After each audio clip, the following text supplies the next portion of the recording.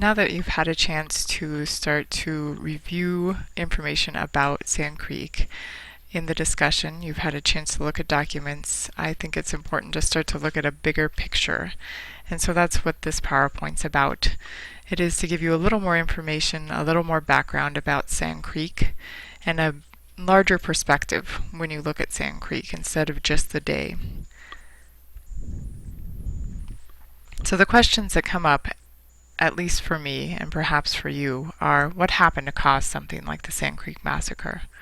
Who or what began the conflict? Could the conflict have been avoided? And did anyone try to avoid the conflict? Sand Creek's one example of many things like this that happened in U.S. history. And for a lot of us, it causes a lot of questions. And so this is an attempt to seek some answers. When we're looking at the Sand Creek Massacre or anything like it, we need to kind of put it in perspective. So two of the things that are really important to look at when we're looking at the Sand Creek event are the ideas that were occurring within society at the time, along with the events that occurred in and around the time of the Sand Creek event. If we look at the major ideas, this is a topic that's come up before in our discussions. Manifest destiny. It is an idea that started to take hold in about the 1830s, and it's this idea that many people really bought into, that it was our divine obligation to basically settle the United States, and we were a racial and cultural superior people, and it was really our job to go and spread who we were as people, along with our ideas and our cultural beliefs throughout the rest of the United States. And so people really took hold of that idea, and it's something that was in their minds as they started to cross the United States. They really did truly believe that it was something that God was guiding them to their destiny. Let's look at some of the events too as we try to understand Sand Creek. So there were several events that occurred during this time as we look at what was leading up to Sand Creek. You can see that in 1858 the gold rush occurs in Colorado, and in 1859 we see the peak of the Overland Trail. The Overland Trail brought about 500,000 people through Colorado eventually, and you can see between the years of 1858 and 1864 there were about 80,000 people who came through Colorado. So the Overland Trail brings up many issues that could have led to Sand Creek. Indian attacks were certainly foremost on a lot of people's minds.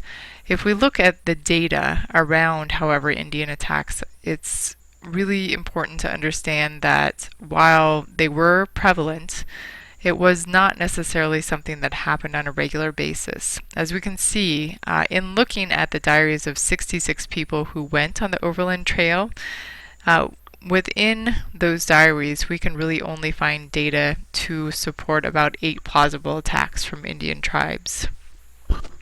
Those diaries, however, I would say the vast majority of the diaries report that they didn't even see any Indians on their trip over the Overland Trail.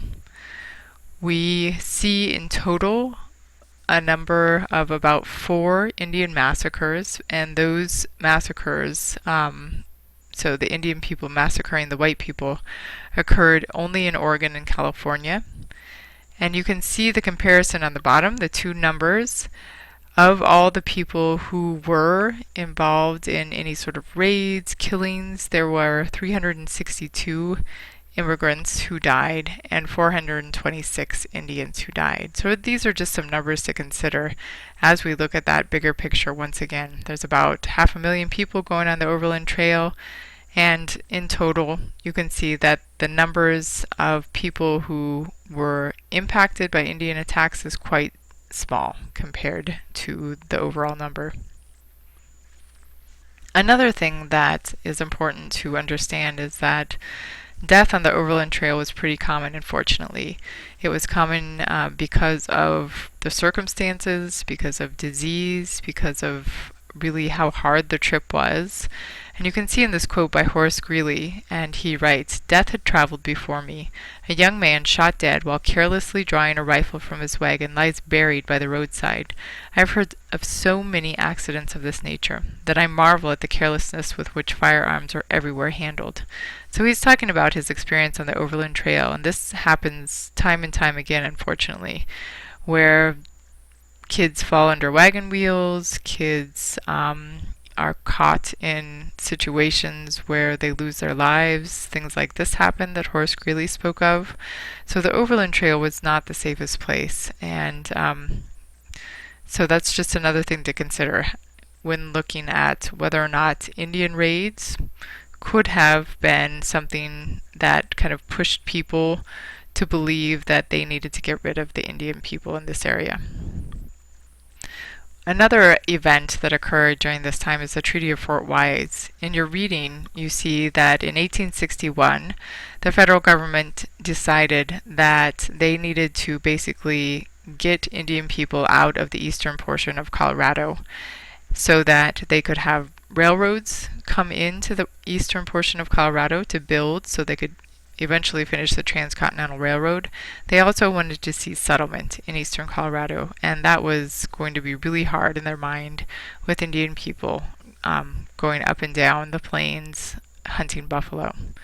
So in 1861, the Cheyenne and the Arapaho people refused to sign that treaty, and so that could yet again be another reason why people were frustrated and tensions started to build. With so many people coming into Colorado, we also see a division within the tribes. The tribes being the Cheyenne and Arapaho people. Those were the people who were in the eastern portion of Colorado at this time. So there's a division between Black Kettle, who is really a peace chief, and the Dog Soldiers, who are the warrior chiefs of the Cheyenne and Arapaho nations. And they have different ways of wanting to approach what's going on right now. The Dog Soldiers would like to take care of it, as they like to take care of anything, which is by war, whereas Black Kettle would like to make peace with the white people so that he could ensure basically the survival of his people. Another event to continue our discussion about what happened during this time period are the environmental conditions were changing rapidly within Colorado. Because so many people were coming in, because of the railroad eventually coming in, we see an overhunting of the buffalo. There's not many left.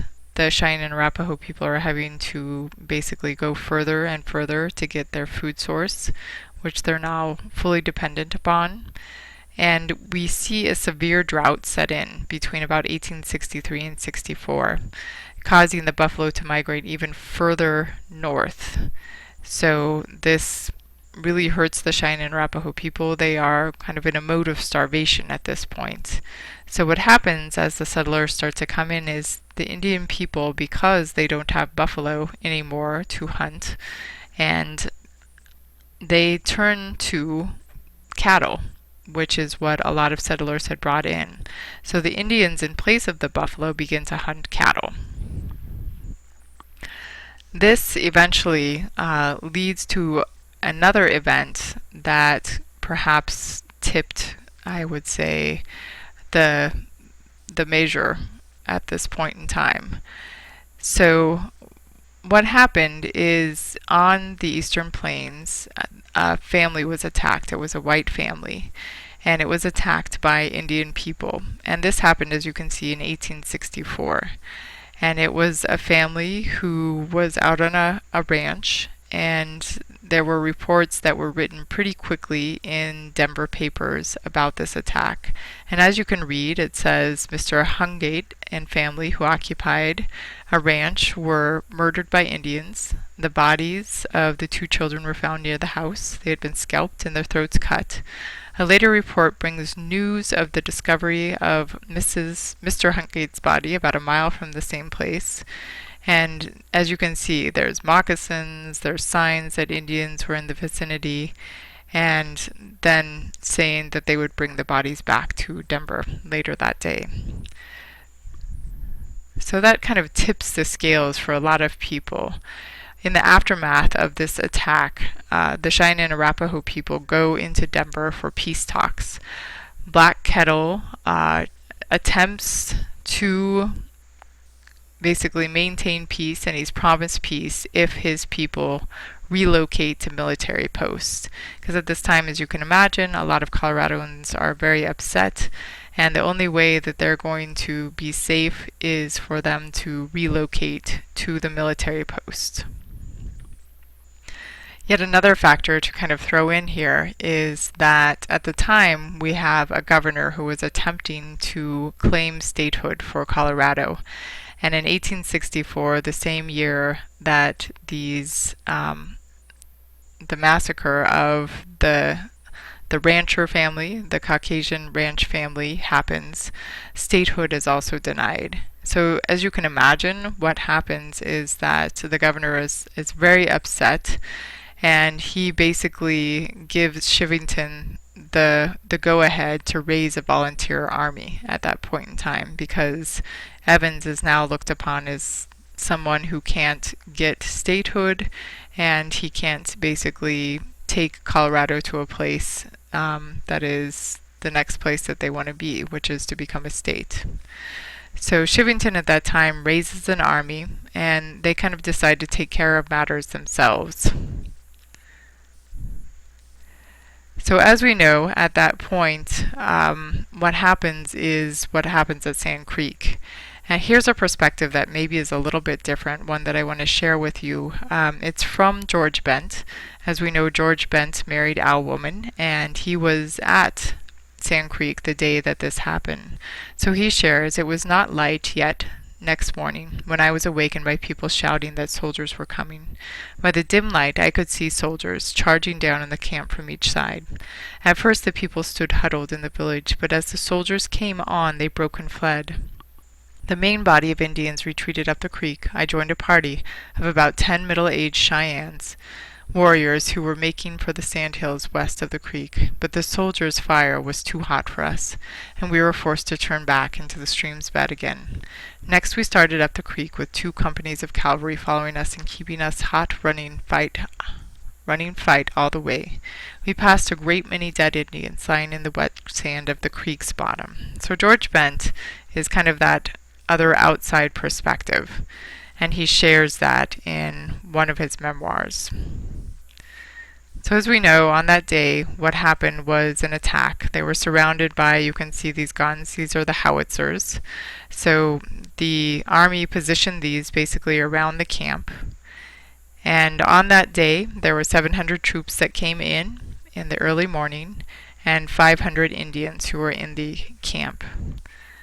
By the end of the day, which was about a 7-hour day, there were between about 150 and 200 Indian people dead.